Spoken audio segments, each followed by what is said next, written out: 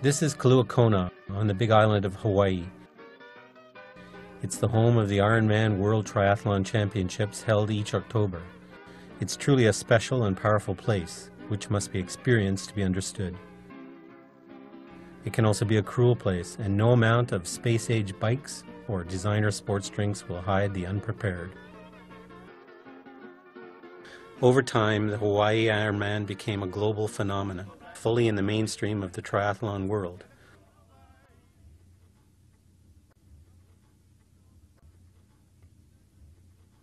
Those seeking to visit their ultimate limits in these harsh conditions would be soon looking to the Ultraman Triathlon World Championships.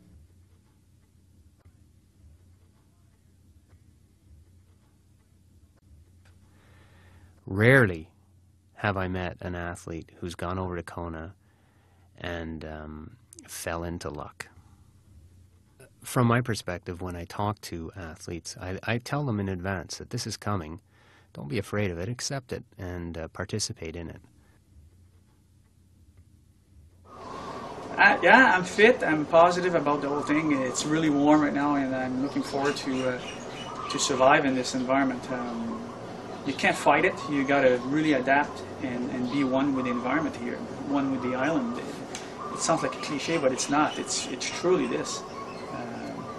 If it's 110 degrees outside, no matter how much you want to hit yourself against the wall, it's still going to be 110 degrees. So you got to live with that and adapt.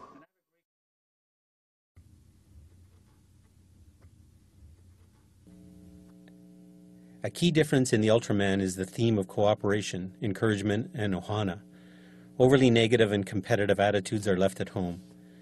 The pre-race breakfast offers a chance for everyone to shake hands and renew old acquaintances.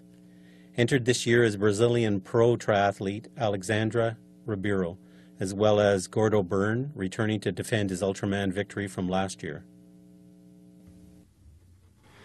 Getting ready for races, particularly endurance races, lots of athletes tend to hide in their hotel rooms with the mindset that they're waiting for an executioner. Myself, I choose to go out and make friends with the course in little bits and pieces, and I don't mean in a car either. I'll go and I'll run and I'll bike different segments of the course in an effort to make friends with the course, so to speak, and to get me through the tough parts. I don't want any surprises out there. For Ultraman Hawaii, training in Canada can't possibly prepare the athlete for the climate.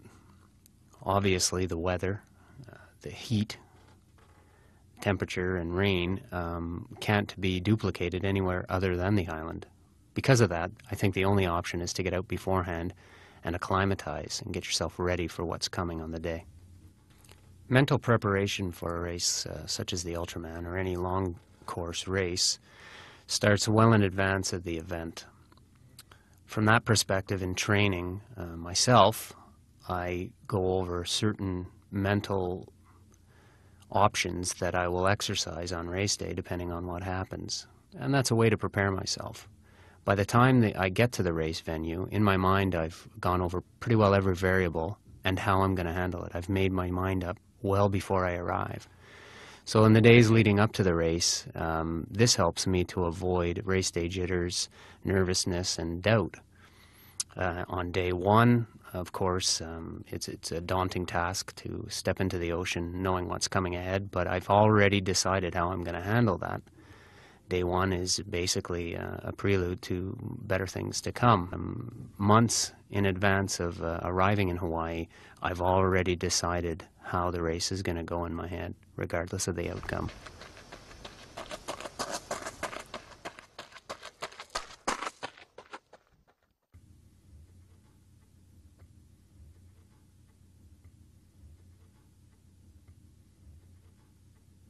Day one starts with a swim, a 10K swim, open ocean. Once out of the water, the athlete transitions onto the bike, and once on top of the highway, you start to head south towards the town of Volcano. The total climbing that happens in day one includes 6,000 feet of vertical climb.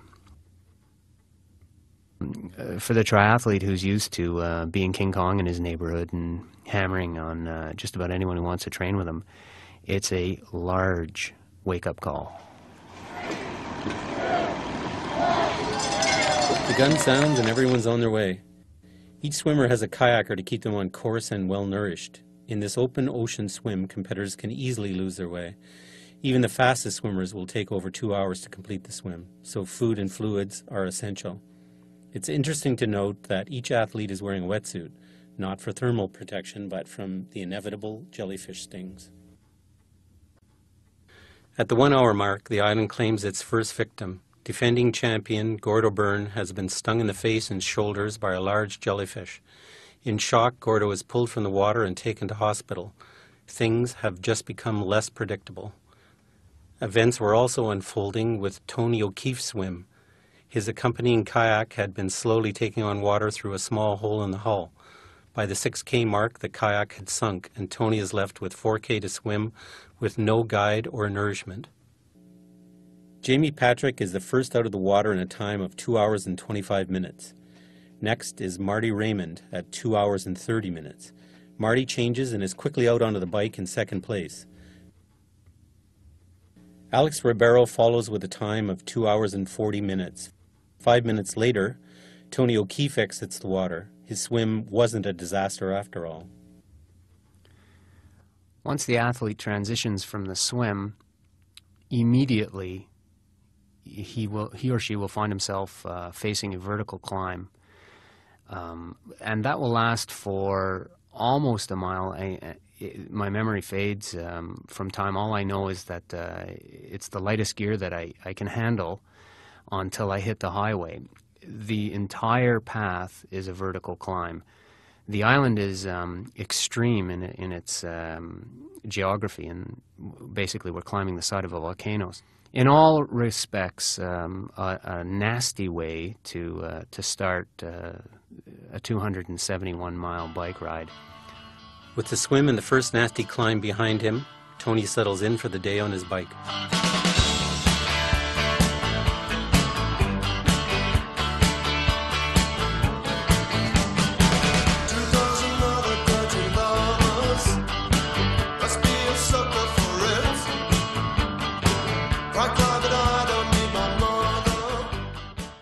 What I'm doing here is I'm repeating what I consider to be excellent technique over and over and over again. And in my mind, I'm telling myself, I'm just getting stronger. I'm just getting stronger. I'm just getting stronger.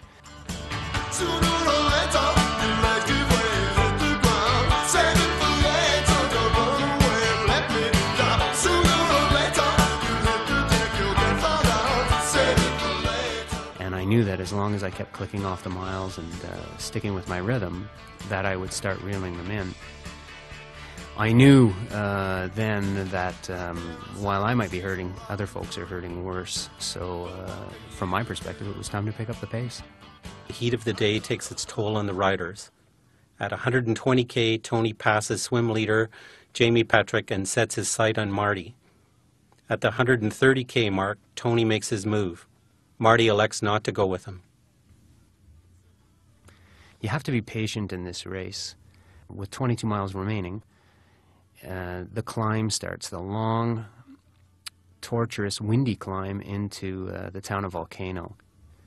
The athlete has to remember that there are still 2 days of racing remaining.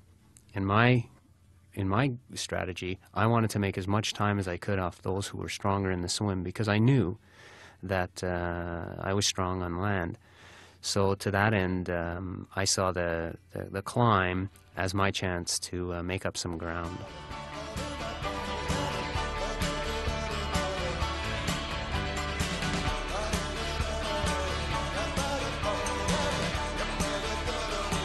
With a time of 8 hours and 21 minutes, Tony arrives at the finish line in Volcano. He is in second place, 37 minutes behind the race leader, Alex Ribeiro, who has made a statement with a time of 7 hours and 44 minutes. Riding strongly, and after a great swim, Marty Raymond is in third place with a time of 8 hours and 27 minutes. We had a good preparation before we got here. So. Tomorrow's going to be moving day. You see a lot of things change. Well, I ain't flipping my boat tomorrow. I got freaking Out there. This is the longest day It can be dangerous. You know, it's raining from the park all the way down, so be ready. Put your rain gear on or have it ready to put on. Day 2 starts with a 20-mile descent from Volcano into the town of Kia, before turning right towards the ocean for a 40-kilometer loop along the ocean side. From there, the riders head north along the coast and through the town of Hilo.